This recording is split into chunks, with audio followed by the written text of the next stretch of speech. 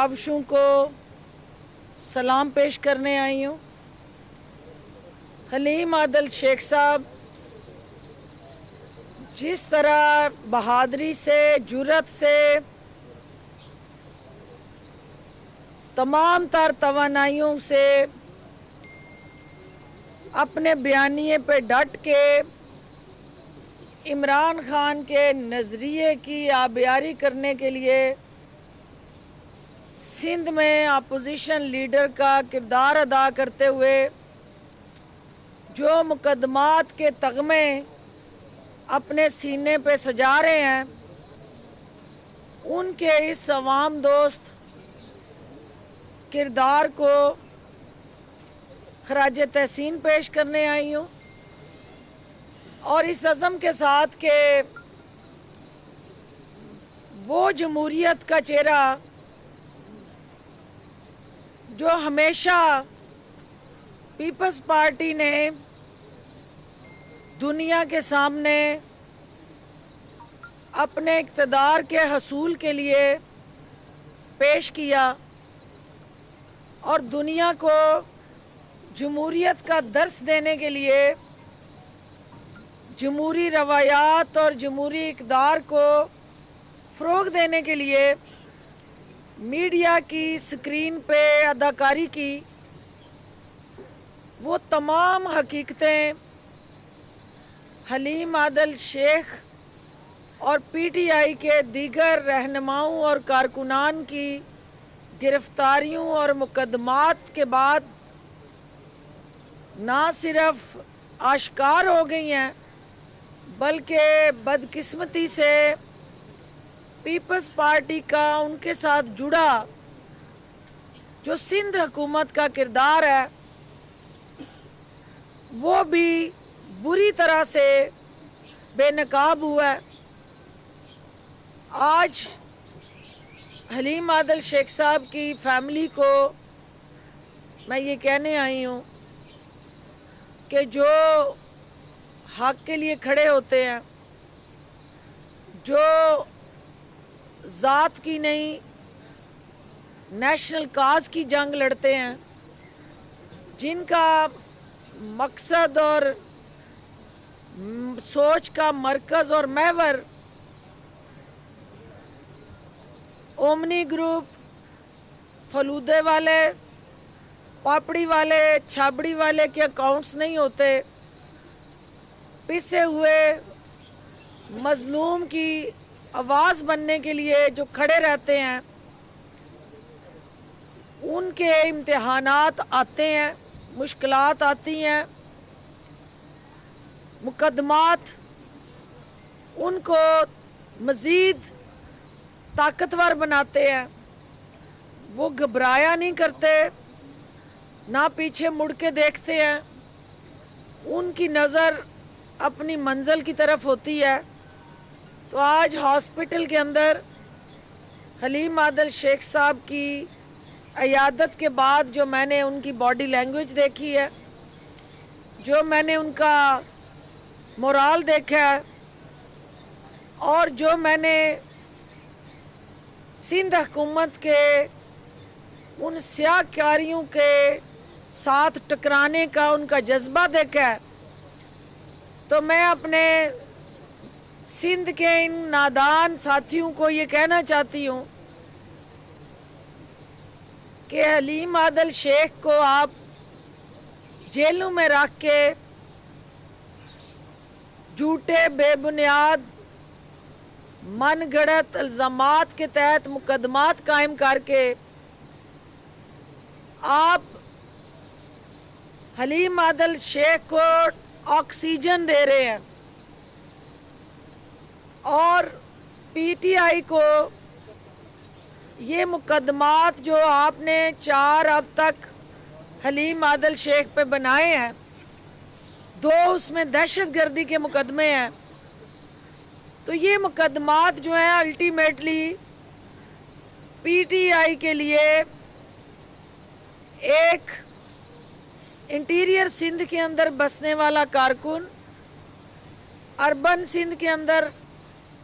PTI का worker और overall Pakistan भर में पीटीआई के जो दीवाने हैं वो इन मुकदमात से पीपल्स पार्टी, सिंध हुकूमत और पीडीएम का जो असल नजरिया है, लूट खसूट, करप्शन, करप्ट प्रैक्टिसेस, अदारों को यरगमाल बनाना, अदारों को लूला लंगड़ा करके अपने मफाद के लिए इस्तेमाल करना और कानून को घर की लौंडी बना के अपोजिशन को नाजायज़ मुकदमात में फंसा के उनकी आवाज़ को दबाने के लिए हर हरबा इस्तेमाल करना। तो हमारा कारकुन जो है वो और ज़्यादा पार्टी के साथ यकजा हो के मजबूत हो के खड़ा हो जाता है जब ये सारे के सारे ऑल पाकिस्तान लूट मार एसोसिएशन जो है वो एक तरफ खड़ी होती है और पीटीआई जो है वो तनहा इमरान खान की क़यादत में इनका मुकाबला करने के लिए अपने मुजाहिदीन की ताकत से उस जहाद में हिस्सेदार बनती है। तो हमारा जो कारकुन रूठा भी होता है, उसके तहफ़्ज़ात होते हैं, कोई गिले शिकवे होते हैं, तो वो फिलफौर जो है वो चट्टान बन के इमरान खान के नज़रिए के साथ जुड़ जाता है। आज मेरा भाई खुरम शेर ज़मां यहाँ बैठा है जो सिंध हुकूमत की कारस्तानी है। आज तक जो जमहूरियत का दर्स देने वाली दरसगाह है और जो जमहूरियत की सबसे बड़ी यूनिवर्सिटी होने के दावेदार हैं, उन्होंने सिंध के अंदर जिस तरह स्टैंडिंग कमेटियों में अपोजिशन को दीवार से लगाया, आज तक किसी स्टैंडिंग कमेटी में अपोजिशन को नुमाइंदगी नहीं दी है। पार्लियामेंट के अंदर, सेनेट के अंदर यही पीपल्स पार्टी वहाँ हिस्सा मांगती भी है और हिस्सा ले चुकी है और तमाम आपकी पार्लियामेंट्री डेमोक्रेटिक जो नाम्स हैं उसके अंदर अपोजिशन को इमरान खान उन जमहूरी इक़्तिदार की पासदारी करते हुए साथ लेके चल रहे हैं। दूसरी तरफ कोई एक स्टैंडिंग कमेटी ऐसी नहीं है जिसमें जमहूरियत की ये जो दरसगाह है, जो अपने आप को जमहूरियत का चूरन बेचते बेचते तीसरी नस्ल तक आ गए हैं और तीसरी नस्ल ने भी आज तक उस जमहूरी पौधे की आबियारी करते हुए जो सबसे पहली खाद थी कि अपोजिशन को स्टैंडिंग कमेटीज़ में हिस्सेदार बनाना है। सिंध असेंबली के अंदर फ़र्द वाहद की हुक्मरानी है, सिंध के अंदर आमराना रवैये हैं, सिंध के अंदर इंतकाम पसंदी की जो सियासत है उसकी जिस तरह से हकीकी झलक जो है आपके सामने हलीम आदल शेख की कैद है, बेबुनियाद मुकदमात हैं और पुअर परफॉर्मेंस और बैड गवर्नेंस की एक अजब कहानी और गज़ब कहानी है। और हमें वो टीवी की स्क्रीन पे रोज़ वफाकी हुकूमत को और पंजाब हुकूमत को लेक्चर देते हैं ये प्रोफेसर बन के, और आज आप सिंध हुकूमत की असल दास्तान सुने तो मीडिया शर्माता है। मीडिया की स्क्रीन जो है वो ये दिखाने से कासर रहती है कि किसी और सूबे में भी ये अलमनाक कहानी सामने आई कि 40 अरब की गंदम जो है वो चूहे खा गए हों। वो चूहे जो है उनको ब्रांड कर दें कि उन चूहों के टाइटल किसी कैबिनेट के अंदर बैठे मिनिस्टर्स के साथ मिलता जुलता है, या वो कौन से ऐसे ताकतवर चूहे हैं जो सिंध के अंदर उछलते कूदते फिर रहे हैं और 40 अरब के डकार मार गए हैं और किसी को कानो कान खबर नहीं हुई? क्या किसी और सूबे में भी आपने इस तरह राज देखा है? वो डॉग बाइटिंग, मैं वो लफ्ज़ कुत्ता इस्तेमाल नहीं करूंगी क्योंकि हमारे यहाँ वो गाली है, लेकिन डॉग बाइटिंग के केसेस जो 2019 में 2 लाख, 2020 में 2.25 लाख और अभी 2021 में 3 महीनों में उनकी तादाद 48,000 से तजावज़ कर गई है। तो ये अब कामा के अंदर आपने फैसला करना है कि असल राज किनका है, और सिंध के अंदर जो कुछ हो रहा है वो सिंध हुकूमत किसी कानून को जवाब दे है, किसी आइन को जवाब दे है, सिंध के अवाम को जवाब दे है, सिंध की असेंबली को जवाब दे है, वो किस को जवाब दे है? और आज पीडीएम का एक थिएटर जो है वो यहाँ लगा हुआ सर्कस का, जहाँ आपने देखा कि शाही ख़ानदान और ज़िले सुबहानी के नज़रिए के साथ जो पीपल्स पार्टी ने यारी लगाई थी वो टूट गई है तड़क करके। और अब जो है यहाँ जरदारी साहब और उनके दरबारी और फिर नून लीग के हवारी, इन सब ने मिल के जिस तरह इमरान खान को घर भेजने के लिए बगलें बजाई थी, आपके सामने है कि इमरान खान तो घर नहीं गए, लेकिन वो बगलें बजाते बजाते इन्होंने खुद अपने ख़िलाफ़ बगल बजा दिया। और वो जो बगल बजा आज जाती उम्रा के अंदर आओ अन दलीब मिल के करें हाउजारियाँ, जाली राजकुमारी मौलाना के कंधे पे सर रख के आए और सिसकियाँ भरने जा रही है। जो एटम बम बिलावल भुट्टो साहब ने हुकूमत पे चलाना था, सिंध हुकूमत से वो एटम बम जो है वो पीडीएम पे और ख़ास तौर पे मौलाना फजलुर रहमान पे चल गया। और किस खूबसूरती से जरदारी साहब ने और पीपल्स पार्टी ने मौलाना फजलुर रहमान और नून लीग को मामू बना दिया। आज सिंध के अवाम को 15 साल से मामू बनाने वाले जो थे, उन्होंने पीडीएम को भी मामू बना के ये साबित कर दिया है कि ये मामू की जो सियासत थी वो अल्टीमेटली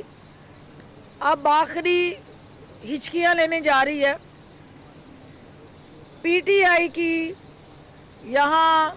हलीम आदिल शेख की क़यादत में टीम जो है इंशाअल्लाह इंटीरियर सिंध के अंदर और कराची के अंदर पीटीआई की हुकूमत को, जो इन्होंने वफाक में टफ टाइम दिया हुआ था पीपल्स पार्टी ने,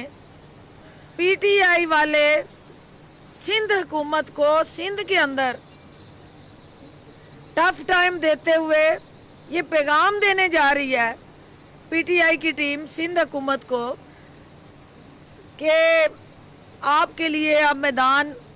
खुला नहीं छोड़ेंगे। और पीटीआई अब पीपल्स पार्टी के हाथों मामू नहीं बनेगी। हम अपने ज़ोरे बाजू से, कारकुनान की ताकत से इंशाअल्लाह हर गली मोहल्ले में इमरान खान के नज़रिए को तक़वियत देने जा रहे हैं। और सिंध के अंदर आहें भरती, लड़खड़ाती, हचकोले खाती इक़्तिदार जी की जिस कश्ती को बचाने के लिए जरदारी साहब एंड कंपनी ने पीडीएम से छलांग लगाई है बाहर, उस कश्ती को पीटीआई के मेरे यहाँ बैठे वर्कर्स और क़यादत बीच समंदर गर्क करने जा रहे हैं। और इंशाल्लाह अगले इलेक्शन में सिंध पीटीआई का किला बनेगा और इंशाल्लाह सिंध के अंदर पीटीआई जो है वो इमरान खान के नज़रिए को तक़वियत देते हुए दो नहीं एक पाकिस्तान के नज़रिए को यकीनी बनाएगी और सिंध के पिसे हुए अवाम को यकसा तरक्की के अमल में हिस्सेदार बना के पाकिस्तान की मुआशी शहरत को तक़वियत देगी और अपने इत्तेहादियों की मदद से इंशाल्लाह इस सूबे के अंदर हम इमरान खान के नज़रिए से तरक्की और खुशहाली का जो हथियार है उसको आर पार करते हुए सिंध के अवाम को मेन स्ट्रीम पॉलिटिक्स और मुआशी महाज पे इंगेज करके हर तरह से उनके बुनियादी हकूक़ के तहफ़्फ़ुज़ के ज़ामन बनेंगे। आप सबका बहुत शुक्रिया। आप एक मिनट बात कर लें, आप एक मिनट जी सिर्फ जी खुर्रम साहब इस पे बात बहुत करेंगे, बहुत शुक्रिया। फिर आप बात करेंगे। मैं बड़ा मशकूर हूँ आप यहाँ पर आई कराची में और आके आपने यहाँ पे कराची के मसाइल देखे। उसके साथ साथ ख़ास तौर पे आपने आज आए और वज़ीर आज़म साहब के अहकामात पर आप आई और आपने देखा कि किस तरीके से सिंध हुकूमत जो है वो पाकिस्तान तहरीक इंसाफ के वर्कर्स के ख़िलाफ़ एक झूठी FIRs कट रही हैं, झूठे केसेस का सिलसिला चल रहा है। और सबसे बड़ी बात कि पाकिस्तान की हिस्ट्री के अंदर ये पहली दफ़ा ऐसा हुआ है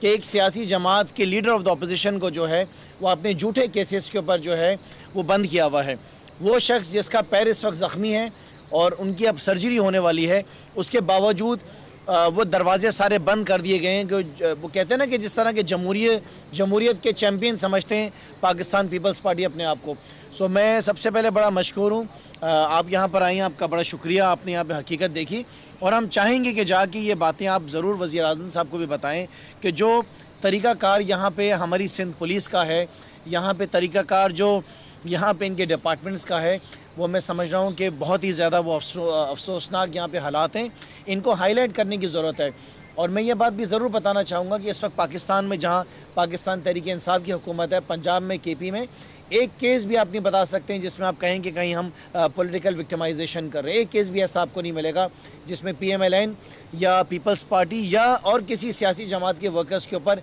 इस तरह का सलूक किया जाए। ये समझ लें कि ये दहशत गर्दी है कि जो हलीम आदिल शेख पूरे सूबे सिंध के अंदर जो है धक्के खाकर इनकी नालायकियों को हाईलाइट कर रहे हैं, इनकी करप्शन को हाईलाइट कर रहे हैं, इनकी अरबों रुपए की बेज़ाब्तियों को हाईलाइट कर रहे हैं। अगर ये समझ रहे हैं कि ये दहशत गर्दी है तो ये दहशत गर्दी हम करते रहेंगे, ये सिलसिला हमारा जारी रहेगा। हमारा जो मकसद है पीपल्स पार्टी की नालायकियों को, इनके नालायकी आला को जो एक्सपोज करना है हम करते रहेंगे। और जो हमारा टारगेट है वो ये है कि सूबे सिंध के लोगों को किसी तरीके से रिलीफ मिले। जिस तरीके से फिरदौस आशिक साहिबा ने फरमाया कि डेफिनेटली इंशाल्लाह ताला 2023 के अंदर आप ये ज़रूर देखेंगे कि जिस तरह पंजाब और KP में तहरीक इंसाफ की हुकूमत बनी है, इंशाल्लाह ताला 2023 में पाकिस्तान तहरीक इंसाफ की हुकूमत सूबे सिंध के अंदर देखेंगे।